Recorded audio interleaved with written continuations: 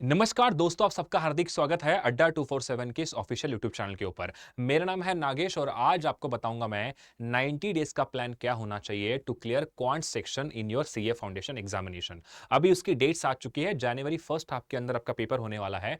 तो यूट्यूब पे इसको लेकर बहुत सारी वीडियोस जो है आपको अवेलेबल होंगी, बट ये वीडियो क्यों खास है? क्योंकि मैं आपको राइट अप्रोच बताऊंगा और ये एक वीडियो के बाद आपको कंप्लीट आने वाले एग्जामिनेशन जो कि 90 डेज के बाद होगा, हर एक दिन में आपको क्या करना चाहिए उसका सब कुछ प्लानिंग मैं आपको इस वीडियो के अंदर बताने वाला हूं। सबसे इंपॉर्टेंट बात यह है कि क्या ये 90 डेज आपके लिए एनफ है? क्या ये सवाल आपके मन में उठ रहा होगा। देखो दोस्तों, आप कोई भी अगर मैच को देखोगे, खास करके अगर मैं T20 की मैच की बात करता हूं क्रिकेट के अंदर, तो स्टार्ट कैसे होता है वो मैटर नहीं करता है, बीच के ओवर कैसे जाता है वो मैटर नहीं करता है। केवल और केवल मैटर करता है आखिरी के ओवर वो कैसे खेल रहा है। क्या आखिरी के ओवर के अंदर उसके विकेट जा रहे हैं? क्या आखिरी के ओवर के अंदर वहां पे छक्के चौके लग रहे हैं? क्या ये इंपॉर्टेंट होता है किसी भी एक मैच को। और एक इंपॉर्टेंट बात, हर एक क्रिकेट मैच के अंदर अंतिम ओवर ही सबसे इंपॉर्टेंट होता है उस पूरे मैच का रूप बदलने के लिए। तो मैं भी आपको कुछ ऐसा कहना चाहूंगा कि ये जो 90 डेज है वो आपके आखिरी ओवर्स होने वाले हैं। जो अभी तक आपने पढ़ाई की है वो एक तरफ, और अब जो पढ़ाई आप करने वाले हो वो एक तरफ। तो ये आपके लिए फाइनल ओवर्स होने वाले हैं। ये 90 डेज कैसे आपको बिताना है उसके बारे में आपको बताऊंगा। पहली बात तो आप सबको पता होगा कि इसमें कितना कितना वेटेज होता है। तो अब मेन सवाल ये आता है कि सर हम स्टार्ट कहां से करें? आपको पता होगा कि 40 प्लस स्कोर करने के बाद आपका सेक्शन क्लियर होता है क्वांट्स का।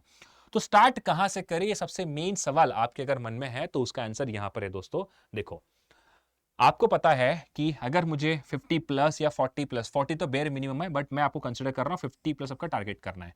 तो मुझे एक बात बताओ दोस्तों, इन तीनों सेक्शंस के अंदर ऐसा कौन सा सेक्शन है जिसके अंदर आप आउट ऑफ आउट मार्क लेके आ सकते हो? वो है केवल और केवल लॉजिकल रीजनिंग का सेक्शन। ऐसा क्यों सर? क्योंकि ये जो है 20 मार्क्स कैरी करता है। और बहुत सारे जो एस्पिरेंट्स है वो कहां पर फोकस करते हैं? बिजनेस मैथमेटिक्स के ऊपर, स्टैटिस्टिक्स के ऊपर। ये इंपॉर्टेंट तो है, ये दोनों मिला के 80 नंबर के लिए आता है। बट हमारा पहला टारगेट क्या है कि जो हमें 40 नंबर, जो ये टारगेट टच करना है, जो ये बेंचमार्क हमें टच करना है, इसका 50% जो है वो केवल और केवल लॉजिकल रीजनिंग पढ़ने के बाद होता है। और यहां से केवल और केवल सिर्फ 4 टॉपिक पढ़ने के बाद ही, आफ्टर 4 टॉपिक्स अगर आप अच्छे से कर लेते हो, एंड आपका ये 20 मार्क्स यहां पर आ जाता है। तो इसीलिए मैं कहना चाहूंगा कि तीनों सेक्शंस के अंदर सबसे पहला जो इंपॉर्टेंट सेक्शन होगा वो कौन सा होगा? आपका लॉजिकल रीजनिंग। तो मैं आपको एक बहुत ही छोटी सी कहानी समझाना चाहता हूं। अगर आप, मैं क्रिकेट का बहुत बड़ा फैन हूं वैसे, अगर आप क्रिकेट देखते हो तो होता है ना कि अगर मैं T20 की बात करता हूं तो वहां बेसिकली क्या होता है कि एक प्लेयर के लिए सिर्फ और सिर्फ 4 ओवर डालने की ऑप्शन होता है। अगर मान लो किसी टीम के अंदर 3 बेस्ट अगर बॉलर है तो उसके साथ 2 बॉलर ऐसे होते हैं जिनके ऊपर फोकस क्या करता है टीम, कि ये बॉलिंग कर लेंगे, हो सकता है ये रोक रन दे सकते हैं, बट कहीं ना कहीं हमें उस रन को रोकना है। बट 3 जो होंगे वो उनके मेन बॉलर होते हैं। तो वो जो 2 बॉलर आने वाला है जिनके टोटल 4+4 यानी कि जो 8 ओवर्स आपको जो मिलने वाला है सामने वाले टीम को, उसी टीम जो क्या करती है फोकस, इन 2 बॉल को टारगेट करती है। यानी कि उनका प्लेइंग एरिया क्या है? उनका फोकस होता है कि मुझे कैसे भी करके उस 8 ओवर के अंदर मैक्सिमम रन बनाना है। क्योंकि उस टीम के वो मेन बॉलर नहीं होते। मेन बॉलर कौन होता है? ये 3 बॉलर होते हैं, जैसे कि जसप्रीत बुमराह हो गया, उसके साथ मोहम्मद शमी हो गया। इन्हें खेलना बहुत टफ है। उनका फोकस यही होगा कि इन्हें बस हम ओवर निकाल लें, एक दो अगर आ जाए तब भी सफिशिएंट है, हमारी विकेट्स जो है वो गिरनी नहीं चाहिए मेन बॉलर के सामने। तो वैसे ही स्ट्रेटजी आपको अपनानी है। वो क्या है? देखो, आपके पास टोटल 3 सेक्शन होने वाले हैं। उस 3 सेक्शन के अंदर लॉजिकल रीजनिंग क्या है? लॉजिकल रीजनिंग वो आपके वीक बॉलर होंगे, जहां पर आप अगर इनको अच्छे से टारगेट करते हो तो यहां ये आपको 18 प्लस नंबर लाने का जो है वो आपके पास एक सबसे की पॉइंट होगा। तो इसीलिए मैं कहना चाहूंगा कि ये आपका सेक्शन सबसे पहले स्टार्ट करना है। तो देखो, बेसिकली करना क्या है, मैं आपको समझाऊंगा टोटल वेटेज कितना है, सबको पता होगा मोटा मोटा, बट फिर भी आपको मैं एक्सप्लेन करता हूं। बिजनेस मैथमेटिक्स के अंदर आपके पास जो है रेशो, प्रपोर्शन, उसके साथ इंडाइसिस, लॉगरिदम, इसका कितना वेटेज है यहां पर आपको दिख रहा है? 4 से लेके 5 नंबर का वेटेज है। Equations, linear equality. अब मुझे एक बात बताओ दोस्तों, लीनियर इक्वेशन और लीनियर इनइक्वालिटीज आपने पहले पढ़ा है ना? कहीं ना कहीं सभी बच्चे 8th 9th 10th के अंदर इसको पढ़ के आए होते हैं। तो मुझे एक लॉजिक आप बताओ, अगर आप रेशो, प्रपोर्शन और उसके साथ इक्वेशंस अगर करते हो तो यहीं से आपके एटलीस्ट 8 नंबर बन जाते हैं। पहला समझना यह है कि कौन से बॉलर को आपको पीटना है करके। मेरा मतलब समझ में आ रहा है? कौन से बॉलर को आपको पीटना है ये पता होना चाहिए। तो वो कौन सा पीटने वाला पहला बॉलर है आपका, वो है ratio proportion, indices and logarithm. अब एक बात आती है कि सर हमने तो लॉग्स नहीं पढ़ा क्योंकि हमारे स्कूल लाइफ में तो नहीं था, बट इसका उतना बड़ा इंपॉर्टेंस भी, मतलब मैं कहना चाहूंगा कि उतना डिफिकल्टी नहीं होती, इजी इजी क्वेश्चंस आते हैं इसके ऊपर। और नेक्स्ट क्या, इनइक्वालिटी। ये दो बॉलर आपके लिए जो है मोटा मोटा 8 नंबर देने वाले हैं, एंड बाकी का मैंने यहां पर कंप्लीट वेटेज भी आपके सामने रखा है, ये मोटा मोटा आपका वेटेज होता है। उसके बाद नेक्स्ट जो हमारा, मैं कहना चाहूंगा कि मेन जहां पर हम टारगेट होता है कि मुझे इसके तो अच्छे रन बनाने ही बनाने हैं, तो वो है आपका लॉजिकल रीजनिंग का सेक्शन, जहां पर आपको नंबर सीरीज, कोडिंग डिकोडिंग, उसके साथ ऑड मैन आउट। अगर आपको केवल और केवल अच्छे से अल्फाबेटिकल सीरीज पता है, अगर आपको अल्फाबेटिकल सीरीज अच्छे से पता है, इसके ऊपर आपको यहां पर जो है 3 से 4 नंबर देखने को मिलने वाला है, तो ये चैप्टर बहुत इंपॉर्टेंट है। उसके बाद है डायरेक्शन एंड टेस्ट। डायरेक्शन में होता क्या है, देखो ईस्ट, उसके बाद वेस्ट, नॉर्थ एंड साउथ, इसी के ऊपर क्वेश्चंस आने वाले हैं, एंड ये आपको देगा 5 नंबर। ये भी आपके पिटारे वाला बॉलर है, इसको आपको पीटना है। उसके बाद नेक्स्ट क्या है, सीटिंग अरेंजमेंट। थोड़ा सा वास्ट है, इसमें बहुत सारे अलग अलग टाइप्स बनते हैं, बट फिर भी आप मेरे पे ट्रस्ट कर सकते हो, आगे आने वाले समय के अंदर इसके ऊपर हम अच्छे खासे सेशंस लेंगे, ताकि आपका 5 नंबर यहां से कंफर्म हो जाएगा। एंड आखिरी में है वो है ब्लड रिलेशन। बचपन से लेके अभी तक हमने चाचा चाची हो गया, उसके बाद ताऊ जी हो गए, इन सबको देखते आ रहे हैं, इन्हीं पे सवाल आते हैं। तो ये होंगे आपके 20 मार्क्स, जो कि है आपका प्लेइंग एरिया। क्या ये बात सबको समझ में आ रहा है?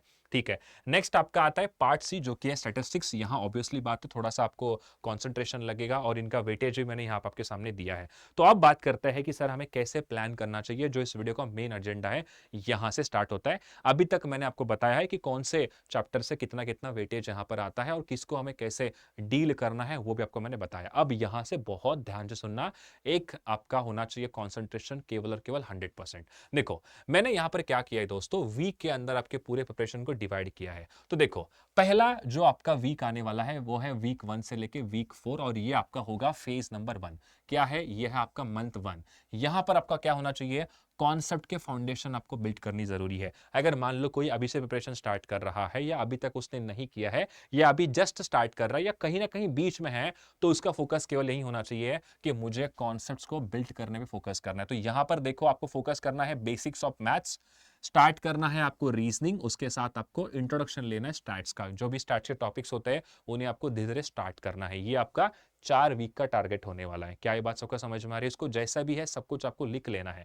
उसके बाद मंथ 2 में क्या करना है, देखो यहाँ पे आपका होना चाहिए स्ट्रेंथ पे फोकस करना है, यानी कि जो पहले वीक में आपने पढ़ाई की है उसको आपको स्ट्रेंथ बनानी है, वहां से आपके चैप्टर के जो है वो नंबर्स जाने ही नहीं चाहिए। देखो दोस्तों यहाँ पर मेन चीज क्या है, आपको ऑलरेडी एक यहाँ पर चीज बताया गया है कि 40 के प्लस अगर आप लेकर आओगे तो आप एग्जामिनेशन क्रैक कर देते हो।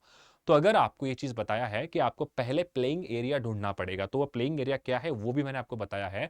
तो उसके अंदर आपको क्या करना है, फर्स्ट वीक में प्लेइंग एरिया पे अच्छा खासा प्रैक्टिस करनी है, एंड सेकंड जब का फेज आएगा, यानी कि जो मंथ 2 होगा वो आपका होगा इन पढ़े हुए टॉपिक्स को स्ट्रेंथ बनाना, एंड इसी के ऊपर हमारा एग्जामिनेशन निकल जाए करके एक क्लैरिटी आपके मन में लेकर आना। उसके बाद फोकस करना है स्पीड पे। तो देखो यहां पर आपको क्या करना है, ये करते करते एडवांस जो मैथ्स होगा उस पर ध्यान देना है, और कोर रीजनिंग जैसे कि यहां पर आपके होंगे सीटिंग अरेंजमेंट, उसके साथ ब्लड रिलेशन, इनके ऊपर आपको चैप्टर्स को अच्छे से लर्न करना है, और इनके ऊपर आपको क्लैरिटी लेकर आनी है। और यहां पर आपको मिड लेवल स्टैट्स पे फोकस करना है। तो स्टैट्स मैंने कहा सबसे पहले इंट्रो स्टार्ट करो, उसका इंट्रोडक्शन, छोटे छोटे टॉपिक्स को खत्म करने हैं, एंड यहां पर आपको मिड लेवल जो है वो स्टैटिस्टिक्स अच्छे से पढ़नी है। एंड लास्ट जो आपका मंथ 3 होगा, यानी कि यहां पर होंगे प्रैक्टिस एंड केवल केवल रिविजन, और यहां पर आपको वीक 9 से लेके वीक 12 ये आपका मैंने टारगेट दिया है। फुल सिलेबस का आपको रिवीजन करना है, जो भी आपने यहां से लेके यहां तक जो भी पढ़ा था और जो आप यहां पढ़ने वाले हो वो सब कुछ आपको क्या करना है, सिलेबस को रिवीजन जो है कंप्लीट करना है,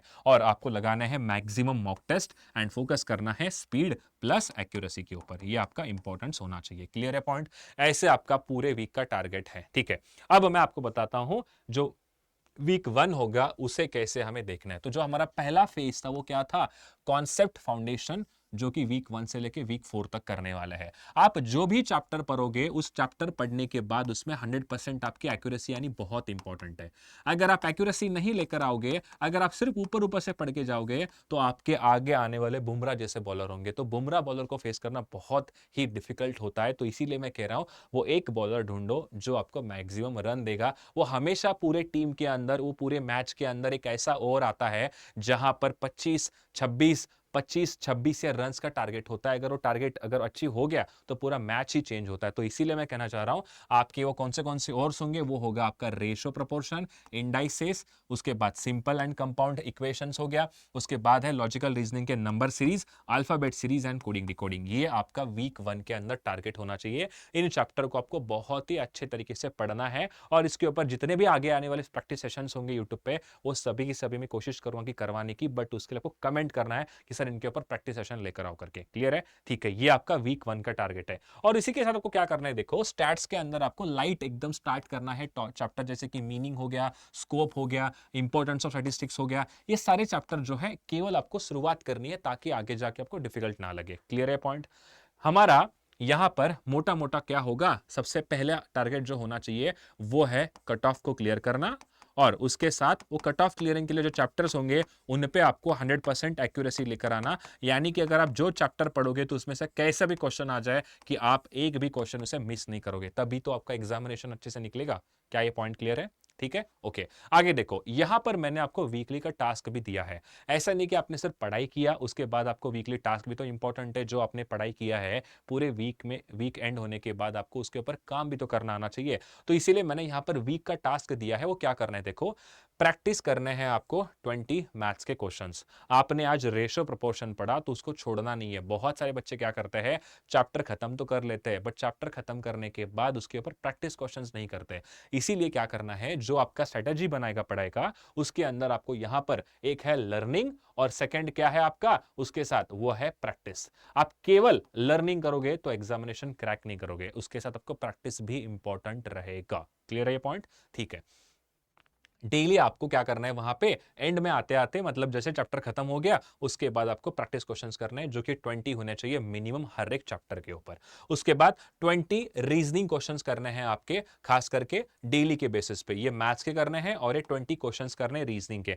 कहां से करने हैं, आप हमारा ऐप इंस्टॉल कर लीजिए, वहां पे सब कुछ आपको अपडेट मिलता रहेगा। और उसके बाद संडे को आपने जो भी पढ़ाई किया था उसके ऊपर एक शॉर्ट टेस्ट लगाओ 30 मार्क्स के ऊपर। यानी कि कहीं पर आपको सेक्शनल टेस्ट अवेलेबल है वो लगा लो, टॉपिक टेस्ट लगा लो, जो भी आपको यहाँ पर ऐप के ऊपर अवेलेबल होगा वो चीजें आपको अप्लाई करनी। क्योंकि आप कॉन्सेप्ट कितना भी पढ़ लो, अगर उसको एप्लीकेशन अगर आपको अप्लाई करने ही नहीं आ रहा है तो कोई भी मतलब नहीं बनता है। बट एक बात याद रखनी है कि वो हमें ओवर्स ढूंढने हैं, वो हमें प्लेयर ढूंढना है जिनके हमें एक ओवर के अंदर 20-20-30 रन आने चाहिए। तो वो चैप्टर भी क्या थे आपके, लॉजिकल रीजनिंग था, उसके साथ रेशियो प्रोपोर्शन था। उसे पहले वीक में ही मैंने आपके सामने दिया है कि ये आपका प्लेइंग एरिया है, पहले ही उसको अच्छे से पढ़ लो और उसी को बार बार बार बार प्रैक्टिस करोगे तो एंड में आते आते वो टॉप चैप्टर क्या है, आपके क्लैरिटी कॉन्सेप्ट जो है अच्छे से हो जाएंगे एंड उसके ऊपर कैसा भी क्वेश्चन अगर आता है तो उसको आप अटेम्प्ट कर सकते हो। क्लियर है? तो ये था आपका वीक 1 का टारगेट। तो मैंने क्या किया है, इस पूरे वीक 1 का जो टारगेट था ना, उसको मैंने एक प्रॉपर शीट के अंदर जो है वो मेंशन करा है। अब यहां हर वीक को हम एक्सप्लेन करके कोई मतलब नहीं, ताकि आपका टाइम वेस्ट हो जाएगा।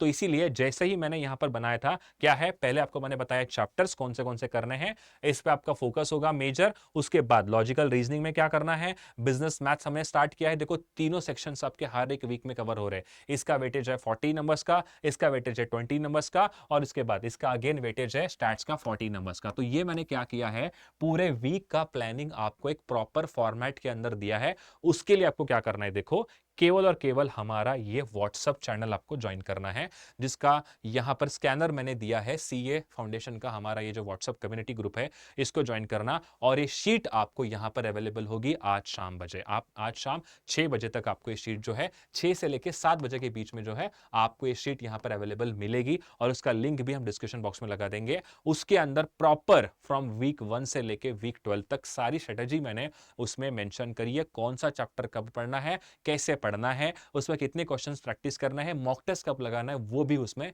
मेंशन किया है। तो जल्दी से इसको ज्वाइन करना। वहां पर जो है आपको ये हमारा जो शीट है वो मिलेगा। उसके साथ ही इस चैनल को सब्सक्राइब कर लीजिए दोस्तों, क्योंकि यहाँ पर बहुत कुछ अच्छा प्लान हो रहा है। मैं भी यहाँ वीडियोस अभी रेगुलर अपलोड करता रहूंगा, और उसके साथ हमारे जो मैम ऑलरेडी आपको पढ़ाई रहे, वो ऑलरेडी सीए है मैम, तो वो भी आपको वहां पर वीडियोस जो है लेकर आ रहे हैं। तो एक अच्छे पॉजिटिव एनवायरनमेंट के साथ स्टार्ट करो। मैंने कहा था आपको, हर एक मैच का जो टर्निंग पॉइंट होता है वो होता है उसके एंड में कितना अच्छा वो प्लेयर खेलता है, एंड के ओवर्स को कैसे यूटिलाइज करता है। इसीलिए हमेशा महेंद्र सिंह धोनी एंड में आता है, क्योंकि पूरा पिक्चर ही चेंज कर देता है, पूरा मैच का रूप ही वो चेंज कर देता है। तो वो ओवर्स आपके अभी स्टार्ट हो रही है, 90 डेज डिसाइड करेंगे आपका सीए फाउंडेशन इस बार क्लियर होगा क्या नहीं होगा करके। तो ये प्लानिंग था मेरी तरफ से, और मैंने आपको कहा है कि व्हाट्सएप कम्युनिटी जरूर ज्वाइन करना। वहां पर आपको जो पूरा जो मटेरियल है, जो पूरा मैंने बनाया है बैठ के 2-3 दिन उसको लगा मुझे अच्छे से डिजाइन करने के लिए, वो मैंने यहाँ पर पोस्ट किया है। आपको जरूर जाके वो चेक करना चाहिए, उसी की तरह फॉलो करो। कुछ भी अगर आपको डाउट आता है तो यहां पर आप मुझे पूछ सकते हैं, डायरेक्टली मैं आपको गाइड करूंगा। ठीक है, तो मिलते हैं अगले वीडियो में, तब तक पढ़ाई करते रहिए। Thank you, tata, take care, bye bye.